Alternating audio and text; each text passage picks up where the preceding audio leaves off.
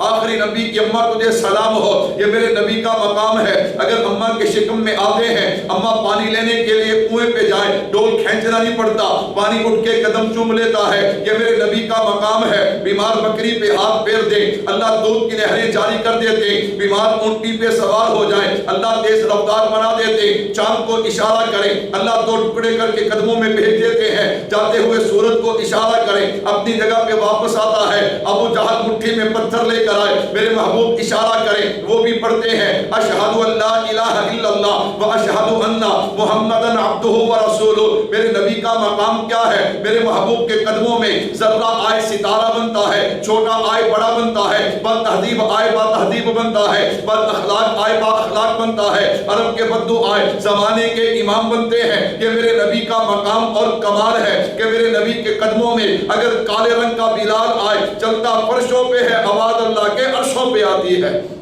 اللہ نے اپنے محبوب کو جمال دیا، جمال بھی بے مثال، کمال دیا، کمال بھی بے مثال۔ اسی طرح اگر آپ محبوب کے احسان کو دیکھیے، میرے محبوب کے احسان، جب تک میرے محبوب دنیا میں تشریف نہیں لائے تو میرے محبوب کے آنے سے پہلے انسان کو حقوق اللہ کا علم بھی نہیں، حقوق العباد کا علم بھی نہیں۔ وہ رب کا گھر جسے بیت اللہ کہا جاتا ہے، اللہ اکبر، وہاں اس کا ننگے طواف کرتے ہیں، 360 بت جو ہیں ان کی عبادت ہو رہی ہے، اور حقوق العباد، نہ والد کا حقوق، نہ والدہ کے حقوق، بیٹی کو پیدا ہوتے زندہ دفن کر دیا جاتا، نہ مزدور کے حقوق، نہ یتیم کو کوئی پوچھنے والا، نہ مسکین کو کوئی پوچھنے والا۔ عجیب حالات ہیں، جانوروں تک ظلم ہوتا تھا، لیکن یہ میرے محبوب کا احسان ہے۔ اللہ کے نبی دنیا میں آئے، یتلو علیہم آیاتہ ویزکیہم ویعلمہم الکتاب والحکمہ۔ تو میرے بھائیوں، میرے محبوب کا یہ احسان ہے، انسان کو حقوق اللہ کی پہچان بھی ہوئی، حقوق العباد کی پہچان بھی ہوئی۔ تو میں عرض کر رہا تھا کہ وجہ میلان 3 چیزیں ہیں، یعنی دنیا میں اگر کسی سے محبت کی جاتی ہے تو 3 وجہوں سے، نمبر 1 حسن و جمال، نمبر 2 کمال، نمبر 3 احسان۔ آئیے دنیا میں آپ گھوم جائیے، لائیے میرے محبوب کے حسن و جمال کا کائنات میں کوئی مقابلہ نہیں کر سکتا، میرے محبوب کے کمالات کا دنیا میں کوئی مقابلہ نہیں کر سکتا، میرے محبوب کے احسانات کا دنیا میں کوئی مقابلہ نہیں کر سکتا۔ تو پھر مجھے کہنے دیجئے نا، اگر محبت کے لائق ہے تو صرف آمینہ کے لال کی ذات قائل وہ لائق ہے، اگر محبت کے حقدار ہیں میرے اور آپ کے پیارے محبوب حقدار ہیں۔ تو میرے بھائیوں، یہ تو محبت رسول صلی اللہ علیہ وسلم کی حدیث، اس لیے میرے محبوب نے فرمایا، دنیا والوں، لا یؤمن احدکم حتی اکون احب الیہ من والدہ وولدہ والناس اجمعین، کہ جب تک تم ساری کائنات سے بڑھ کے، اپنے والد سے، اپنے والدین سے بڑھ کے، اپنی اولاد سے بڑھ کے مجھ سے محبت نہیں کرو گے، اس وقت تک مومن نہیں ہو سکتے۔ تو میں عرض کر رہا تھا، ہاں یہ محبت الجنس یمیل الی الجنس، اچھا محبت کہتے کسے ہیں؟ محبت ہے کیا؟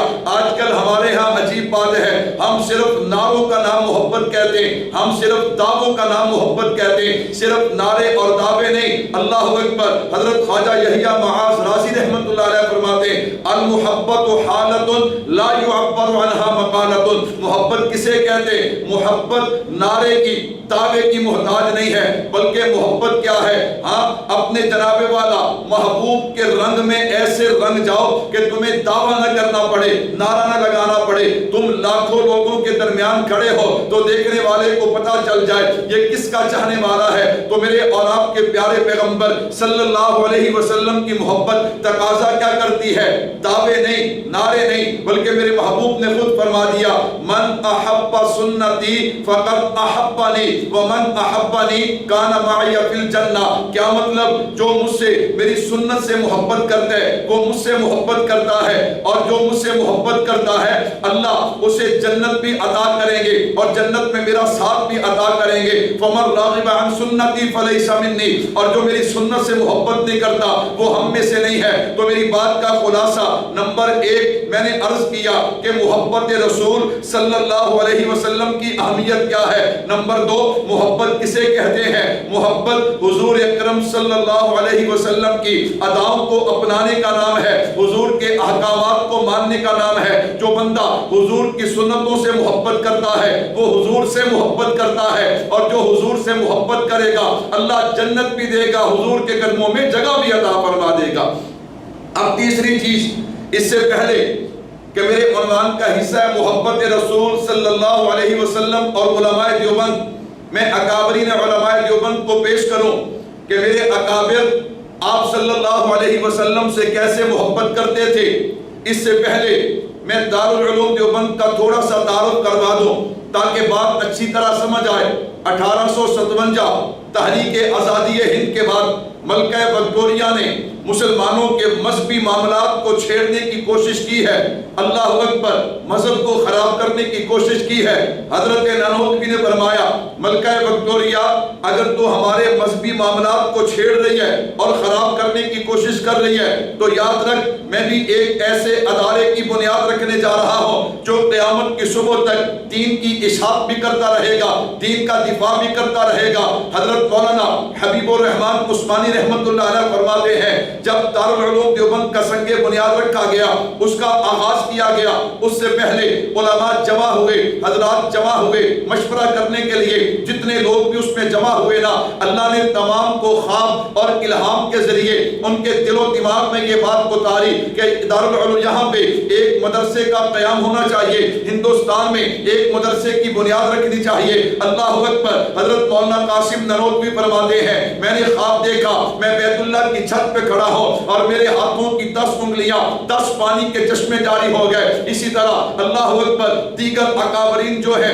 ان کو بھی اللہ نے اسی طرح ان کے دل و دماغ میں اس بات کو ڈالا۔ حضرت مولانا رفیع الدین رحمت اللہ علیہ فرماتے ہیں میں نے خواب میں مجھے علوم دین کی چابیاں دی گئیں تو غرض ان علماء کو اللہ نے خواب اور الہام کے ذریعے یہ بات ان کے دل و دماغ میں ڈالی ہے کہ ہندوستان کی سرزمین پہ ایک مدرسے کی بنیاد ڈالی جائے۔ اس لیے حضرت نانوتوی نے کہا او ملکہ وکٹوریہ یہ تیرا خواب ہے کہ تو ہمارے دین کو نقصان پہنچا سکا، نہ میں ایک ایسے ادارے کی بنیاد رکھنے جا رہا ہوں قیامت کی صبح تک یہ دین کی اشاعت بھی کرتا رہے گا، دین کا دفاع بھی کرتا رہے گا۔ تو میرے بھائیو دارالعلوم دیوبند الحمدللہ 1866 علماء کے مشورے سے دیوبند کی بستی چھتا والی مسجد انار کے درخت کے نیچے ایک استاد ایک شاگرد بیٹھتا ہے اور دارالعلوم دیوبند کا آغاز ہو جاتا ہے۔ دنیا حیران ہے، انار کا درخت، ایک استاد ایک شاگرد اور فیض پوری دنیا میں پھیل گیا۔ میں نے کہا تو نسبت تو دیکھنا، نسبت کتنی بڑی ہے، کون سی نسبت؟ اگر میں یوں کہوں تو مبالغہ نہ ہوگا۔ اگر ہندوستان کی تاریخ کو اٹھا کے دیکھا جائے، ہندوستان کی تاریخ میں ایک وقت ایسا بھی تھا ہندوستان میں کفر کا طوفان تھا، شرک پر جمان تھا، بدعات رسومات میں رواجات میں مبتلا انسان تھا، عقیدہ خام تھا، ہر غلط کام تھا، جہالت کا اندھیرا تھا، ظلم کا بسیرا تھا، گمراہی کا ڈیرا تھا، انگریز کی حکمرانی تھی، ہر طرف ویرانی ہی ویرانی تھی، بڑے بڑے جگیردار سرمایہ دار جو تھے وہ ملک و ملت کے غدار تھے، اللہ اکبر، انگریز کے وفادار تھے، قرآن کے نسخے چلائے جا رہے تھے، علماء کو پھانسیوں پہ چڑھایا جا رہا تھا، ہر طرف ظلم کا بازار گرم تھا۔ ان حالات کے اندر میرے اللہ کو مسلمانوں کی حالت پہ رحم آیا اور اللہ نے کچھ اپنے بندوں کے دل و دماغ میں اس بات کو اتارا کہ ہندوستان کی سرزمین پہ ایک مدرسے کی بنیاد رکھی جائے۔ 1866 انار کے درخت کے نیچے اس ادارے کا آغاز کر دیا جاتا ہے۔ ٹھیک 10 سال کے بعد 1876 میں جب جناب والا طلباء زیادہ ہو گئے، عمارت کی ضرورت پڑی ہے تو سب سے پہلے آج بھی وہ عمارت دیوبند میں موجود ہے جسے نوگرہ کہا جاتا ہے، اس کی بنیادیں کھو دی گئی۔ مولانا رفیع الدین رحمت اللہ علیہ فرماتے ہیں میں سویا پڑا، مجھے خواب میں اللہ کے نبی کی زیارت نصیب ہوئی، اللہ کے نبی اس جگہ تشریف فرما ہے جہاں ہم نے بنیادیں کھو دی۔ اللہ کے نبی فرماتے یہ تو جگہ تھوڑی ہے، پھر آپ نے اپنے عصا اور لاٹھی کے ساتھ نشان لگایا، اللہ اکبر۔ جب صبح ہم اس جگہ پہ گئے وہ نشان اسی طرح باقی تھے، ہم نے پہلی بنیادیں ختم کر کے ان پہ دوبارہ بنیادوں کو کھودا اور عمارت کو کھڑا کیا۔ میں نے کہا یہ نسبت ہے، اس لیے تو شاعر کہتا ہے خود ساقی کوثر نے رکھی میں خانے کی بنیاد، یہاں تاریخ مرتب کرتی ہے دیوانوں کی روداد، یہاں وادی جو وادی فاراں سے اٹھی گونجی ہے وہی تکبیر، یہاں ہستی کے صنم خانوں کے لیے ہوتا ہے حرم تعمیر یہاں۔ تو یہ دیوبند ہے جس کی بنیاد جناب محمد عربی صلی اللہ علیہ وسلم نے جو نشان لگائے، ان نشانوں پہ بنیادیں۔ پھر فیض کیسے نہ پھیلتا میرے بھائیوں، فیض کیسے پھیلا یہ میرے عنوان کا حصہ نہیں، علمی خدمات علیحدہ عنوان ہے۔ میں نے صرف بتانا یہ ہے کہ میں نے آپ کے سامنے محبت رسول صلی اللہ علیہ وسلم کے حوالے سے کہ میرے اکابرین اللہ کے نبی صلی اللہ علیہ وسلم سے کیسے محبت کرتے تھے، اللہ کا شکر ہے اگر میں یوں کہوں تو مبالغہ نہ ہوگا، اللہ نے اکابرین علماء دیوبند کو علم دیا تو بے مثال دیا ہے، عمل دیا بے مثال دیا، تقوی طہارت دیا بے مثال دیا ہے، جرت استقامت دی ہے بے مثال دی ہے۔ اسی طرح اللہ نے اپنے محبوب کی محبت بھی عطا کی ہے تو بے مثال عطا کی ہے۔ ذرا آپ اندازہ کیجئے نا، بانی دارالعلوم دیوبند حضرت مولانا قاسم ننوتوی رحمت اللہ علیہ، کون قاسم ننوتوی رحمت اللہ علیہ، قربان جاؤ، جو نبی کی محبت میں قلم اٹھاتے ہیں تو کمال کر دیتے ہیں۔ حضرت کیا فرماتے، سب سے پہلے مشیت کے انوار سے نقش روئے محمد بنایا گیا، پھر اسی نقش سے مانگ کر روشنی بس میں کونوں مکان کو سجایا گیا۔ ربیع الاول ہے، لوگ کہتے ہیں جی حضور اکرم صلی اللہ علیہ وسلم کی عظمت شان جو ہے یہ بیان نہیں کرتے۔ میں نے کہا سنیے نا، بانی دارالعلوم دیوبند نے کیسا نقشہ کھینچا، سب سے پہلے مشیت کے انوار سے نقش روئے محمد بنایا گیا۔ ہاں اگر تاریخ کائنات کو اٹھا کر دیکھا جائے، کائنات میں ایک وقت ایسا بھی تھا نہ آسمان تھا، نہ زمین تھی، نہ دن تھا، نہ رات تھی، نہ چاند تھا، نہ چاندنی تھی، نہ سورج تھا، نہ کرنیں تھی، نہ ستارے تھے، نہ جگمگاہٹ تھی، نہ صبح تھی، نہ شام تھی، نہ گرمی تھی، نہ سردی تھی، نہ خزاں تھی، نہ بہار تھی، نہ جنت تھی، نہ جہنم تھی، نہ بلبل تھی، نہ چہک تھی، نہ سبزہ تھا، نہ لہگ تھی، نہ حجر تھے، نہ شجر تھے، نہ آدم تھا، نہ آدمیت تھی، نہ انسان تھا، نہ انسانیت تھی، نہ حیوان تھا، نہ حیوانیت تھی، نہ جذبہ تھا، نہ احساس تھا، نہ اقرار تھا، نہ انکار تھا، نہ آہ تھی، نہ فریاد تھی۔ غرض کائنات میں کچھ نہیں تھا، اللہ نے سب سے پہلے ایک روح کو پیدا کیا، اول ما خلق اللہ من روح، اس روح کا نام رکھا محمد صلی اللہ علیہ وسلم۔ یہ تابندہ ستارہ کا چمکا کہ سلسلہ چل نکلا، چراغ سے چراغ جلنے لگے اور دیکھتے ہی دیکھتے پوری کائنات مارز وجود میں آ گئی اور سارا جہاں جگمگانے لگا۔ اسی کو حضرت نانوتوی بیان کرتے ہیں کہ سب سے پہلے مشیت کے انوار سے نقش روئے محمد بنایا گیا، پھر کسی نقش سے مانگ کر روشنی بس میں کونوں مکان کو سجایا گیا۔ وہ محمد بھی، احمد بھی، محمود بھی، حسن مطلق کا شاہد بھی، مشہود بھی، علم و حکمت میں وہ غیر محدود بھی، ظاہراً امیوں میں اٹھایا گیا۔ حشر کا غم کس لیے ہو اے قاسم، مجھے میرا آقا ہے وہ، میرا مولا ہے وہ، جس کے قدموں میں جنت بسائی گئی، جس کے ہاتھوں سے کوثر لٹایا گیا۔ یہ حضرت قاسم ننوتوی ہیں۔ کیسا نبی کا عشق، حج کرنے کے لیے گئے، بڑے بڑے اکابرین ساتھ ہیں، اللہ اکبر، مدینہ منورہ سے پہلی منزل جہاں سے حضور کا گنبد خضرا اور مسجد کے مینار نظر آتے ہیں، حضرت کی نظر پڑی، اونٹ سے اترے، سواری سے اترے اور اپنا جوتا بھی اتار لیا، اب نکیلے پتھر اور جناب حضرت چل رہے ہیں، پاؤں میں پتھر لگے، پاؤں زخمی ہو گئے۔ جب لوگوں نے دیکھا حضرت آپ نے جوتا اتار دیا، کہا مدینہ ہے میرے نبی کا شہر ہے، اللہ اکبر، میرے اکابرین کی اپنے محبوب سے محبت تو دیکھیے نا۔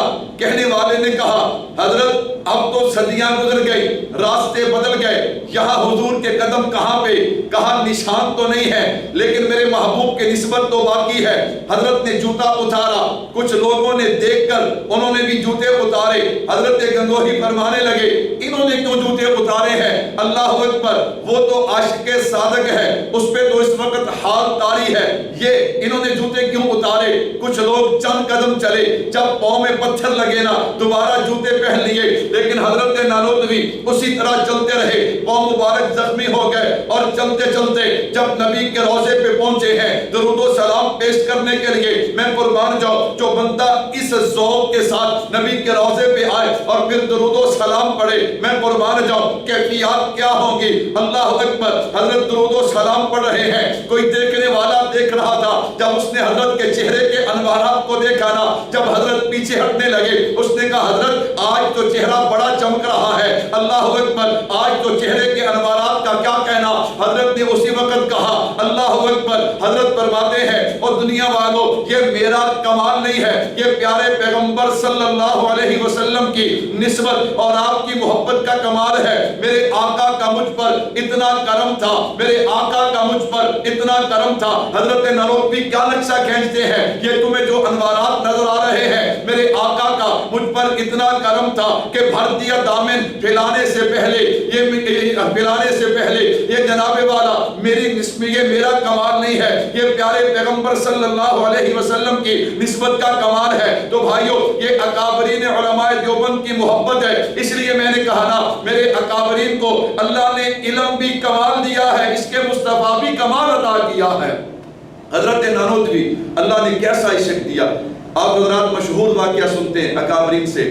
انگریز آپ کی تلاش میں لوگوں نے کہا حضرت چھپ جائیے. حضرت چھپ گئے, 3 دنوں کے بعد واپس نکلے. لوگوں نے کہا جی ابھی بھی تلاش کر رہے ہیں. فرمایا تمہیں کس نے کہا میں انگریز کے ڈر سے چھپاؤں؟ میں تو اس لیے چھپا کہ میرے محبوب 3 دن غار ثور میں ٹھہرے. میں نے کہا نانوتوی پتہ نہیں دوبارہ موقع ملے گا کہ نہیں, چلو اس سنت پہ بھی عمل کر لو. میرے اکابرین اپنے محبوب سے کتنی محبت کرتے ہیں اور کس انداز میں محبت کرتے ہیں. اللہ اکبر. حضرت مولانا رشید احمد گنگوہی رحمت اللہ علیہ, حضرت کو کسی نے آ کر ایک کپڑا دیا. حضرت حج پہ گیا تھا, مدینہ سے آپ کے لیے کپڑا لے کر آیا ہوں. اللہ اکبر.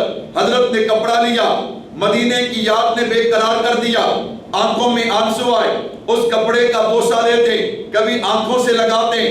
دیکھنے والے نے دیکھ کر کہا حضرت یہ کپڑا تو فلاں جگہ پہ بنا, مدینے میں آ کے بکا, اس نے خرید کر آپ کو دے دیا, آپ اتنے بے قرار کیوں ہو رہے ہیں, یہ کوئی مدینے میں تو نہیں بنا. حضرت فرماتے تجھے کس نے کہا میں کپڑا چومتا ہوں؟ میں کپڑا نہیں چومتا, میں تو اس پہ لگنے والی مدینے کی ہوا کو چوم رہا ہوں. اللہ اکبر. میرے اکابرین اپنے محبوب سے کیسی محبت کرتے ہیں. آئیے ذرا حضرت مولانا انور شاہ کشمیری رحمت اللہ علیہ. میرے بھائیوں میٹھی سنتوں پہ عمل کرنا اور صرف دعوے نعرے یہ تو آسان ہے, لیکن اپنے محبوب کی محبت میں آ کے قربانی دینا یہ اللہ نے علماء دیوبند کو یہ نعمت عطا کی ہے. اللہ اکبر. مشہور واقعہ بہاولپور کا, ایک عورت مسلمان, اس کا خامد مرتد ہو گیا, مرزائی ہو گیا. وہ نواب بہاولپور کے پاس گئی ہے, اس نے مقدمہ عدالت کو دے دیا. اب جناب قادیانیوں نے اپنا پورا زور لگایا کہ ہم نے یہ مقدمہ جیتنا ہے, لیکن ان کی بھول ہے کہ محمد عربی صلی اللہ علیہ وسلم کے غلاموں سے کوئی جیت جائے, یہ ہو نہیں سکتا. حضرت کشمیری کو اطلاع ملی, حضرت نے تیاری کی ہے. حضرت نے فرمایا میں بہاولپور جاؤں گا, بیماری کی حالت ہے, سخت موسم ہے. حضرت نے تیاری کی ہے. اللہ اکبر. حضرت کے شاگرد بھی ہیں, مرید بھی ہیں, ایسے لوگ بھی ہیں کہ جس کو بھی بھیجتے وہ آ کر یہاں پہ مقابلہ کرتا, دلائل دیتا, لیکن حضرت نے فرمایا میں خود جاؤں گا. حضرت آئے. علماء نے بڑی عجیب بات لکھی ہے, جب بندہ قربانی دیتا ہے اللہ پھر عزتیں بھی عطا کرتے ہیں. حضرت ٹرین پہ آئے, ملتان سے بہاولپور کی ٹرین تبدیل کرنی ہے. آپ نے کلی دیکھا تاکہ جلدی جلدی کتابیں سامان دوسری ٹرین میں چلا جائے. دیکھا تو ایک سکھ کلی کھڑا تھا, اسے بلایا کہ میری کتابیں اٹھا کے دوسری ٹرین میں رکھ دینا. وہ کتابیں بھی اٹھاتا ہے, حضرت کا چہرہ بھی دیکھتا ہے. دیکھتے دیکھتے قریب ہوا, حضرت کو کہتا ہے کہ آپ بہاولپور بعد میں جانا, مجھے کلمہ پڑھا کے حضور کا غلام پہلے بنا دو. سبحان اللہ, کیسی بات ہے. حضرت نے کلمہ پڑھایا. مولانا خدا بخش رحمت اللہ علیہ حضرت مدنی کے خلفاء میں سے تھے, کہا ملتان ان کے پاس چلے جانا, باقی دین کی باتیں وہ سکھا دیں گے. اب ٹرین تو چلی گئی, باقی سکھ جو ہے وہ اس سکھ کو کہنے لگے تجھے کیا ہوا, تو بار بار ان کے چہرے کو دیکھ رہا تھا اور تو نے کلمہ بھی پڑھ لیا. وہ عجیب بات کہتے ہیں میں ان کے چہرے کو دیکھ کر میں تو اس بات پہ حیران ہوں کہ اگر 1400 سال کے بعد ایک عالم, اس امت کا ایک عالم اتنا حسین ہے تو وہ نبی کتنے حسین ہوں گے. خیر حضرت بہاولپور تشریف لے گئے. 3 گھنٹے حضرت عدالت میں کھڑے ہو کے ختم نبوت پہ دلائل دیتے ہیں. محبت دیکھیے نا کیسی کمال کی محبت ہے. اور ایک دن چلتے چلتے اللہ اکبر دلائل دیتے دیتے حضرت نے کتاب کو بند کر دیا اور حضرت کیا کہتے ہیں, جلال الدین شمس جو ان کی طرف سے وکیل تھا, ان کی طرف سے دلائل دینے والا, اسے کہنے لگے دلائل چھوڑ, میری بات کو قبول کر, میں تجھے چیلنج کرتا ہوں, میرے چیلنج کو قبول کر. کر۔ اس نے کہا جی کیا چیلنج ہے؟ کہا تو آنکھیں بند کر، میں تجھے ابھی مرزا قادیانی جہنم میں جلتا ہوا دکھا سکتا ہوں۔ لیکن اس نے چیلنج قبول نہیں کیا۔ عدالت کا وقت ختم ہوا، حضرت باہر نکلے، ایک شخص آیا، آ کر کہنے لگا حضرت آج تو آپ نے عجیب جملہ کہہ دیا، اللہ اکبر، اگر وہ آپ کے چیلنج کو قبول کر لیتا پھر آپ کیا کرتے؟ حضرت کا جواب سنیے، حضرت نے فرمایا کیا کرتا؟ اللہ کی قسم آنکھیں بند کرنا اس کا کام تھا، جہنم میں جلتا ہوا مرزا قادیانی دکھا دینا یہ میرے خدا کا کام تھا۔ کہا سنو، اس وقت انور شاہ کشمیری نہیں بول رہا تھا، بلکہ اس وقت نبی کی ختم نبوت کا وکیل بول رہا تھا۔ یہ میرے اکابرین کی اپنے محبوب سے محبت ہے۔ ہاں دلائل پورے ہو گئے، فیصلہ محفوظ ہو گیا، حضرت واپس آئے، اب اپنے مریدوں کو، اپنے شاگردوں کو جمع کیا، کہا یار تم ناراض تو ہوگے کہ میں اس عالم میں، بڑھاپے میں، بیماری میں گیا، تمہیں کیوں نہیں بھیجا؟ کہا بھائیو میں اس لیے گیا کہ کل قیامت میں اگر حضور پوچھ لیتے انور شاہ کشمیری بیمار تھا لیکن سانسیں تو چل رہی تھی، تو میری ختم نبوت کے دفاع کے لیے کیوں نہیں آیا؟ تو میں کیا جواب دوں گا؟ میں چل پڑا کہ جہاں مر جاؤں وہیں پہ دفن کر دینا، یہ تو کہہ سکوں گا اللہ کے نبی میں چلا تھا لیکن میری زندگی نے وفا نہیں کی ہے۔ یہ میرے اکابرین ہے، اکابرین علماء دیوبند، اور عجیب وصیت کی ہے، فرمایا میری زندگی میں فیصلہ آئے تو ٹھیک ہے، اور اگر میرے مرنے کے بعد فیصلہ آئے تو میری قبر پہ کھڑے ہو کے فیصلہ سنائیے۔ 1933 حضرت کی وفات ہے، 1935 میں فیصلہ آیا، مولانا محمد صادق صاحب بہاولپور سے چلے ہیں اور جناب والا وہ فیصلہ حضرت کی قبر پہ کھڑے ہو کے سنایا۔ کیسا منظر ہوگا، آسمان بھی تڑپ گیا ہوگا، زمین نے بھی پہلی بار یہ نظارہ دیکھا ہوگا، ایک عاشق قبر کی لاحق میں اتر گیا، دوسرا اوپر کھڑا ہے، اور فیصلہ کیا ہے؟ میں نے کہا فیصلہ یہ ہے، مولانا صادق صاحب نے پڑھ کے سنایا ہوگا، حضرت نبی کے دشمن ہار گئے اور نبی کے غلام جیت گئے ہیں۔ یہ میرے اکابرین کی جناب محمد عربی صلی اللہ علیہ وسلم سے محبت ہے۔ اگر میں واقعات سناتا جاؤں ایک لمبی فہرست ہے، بس اپنی بات کو سمیٹنا چاہتا ہوں۔ محبت رسول صلی اللہ علیہ وسلم یہ بنیاد ہے، یہ جڑ ہے، یہ اساس ہے۔ آئیے میں اور آپ دعویٰ نہ کریں بلکہ اپنے عمل سے ثابت کریں کہ ہمیں حضور اکرم صلی اللہ علیہ وسلم سے محبت ہے، اور میرے محبوب نے بھی یہی فرمایا من احب سنتی فقد احبنی ومن احبنی کان معی فی الجنہ۔ ہاں جب تک ہم دعوے نعرے کرتے رہیں گے لیکن سنت پہ عمل نہیں کریں گے اس وقت تک بات بنے گی نہیں، اور جب سنت پہ عمل کریں گے انشاءاللہ پھر محبت کی مٹھاس بھی نصیب ہوگی۔ اللہ اس محبت کی وجہ سے ہماری دنیا بھی بنا دیں گے، آخرت بھی بنا دیں گے۔ اللہ ہم سب کو صحیح معنوں میں حضور سے محبت کرنے کی توفیق عطا فرمائے۔ وما علینا الا البلاغ۔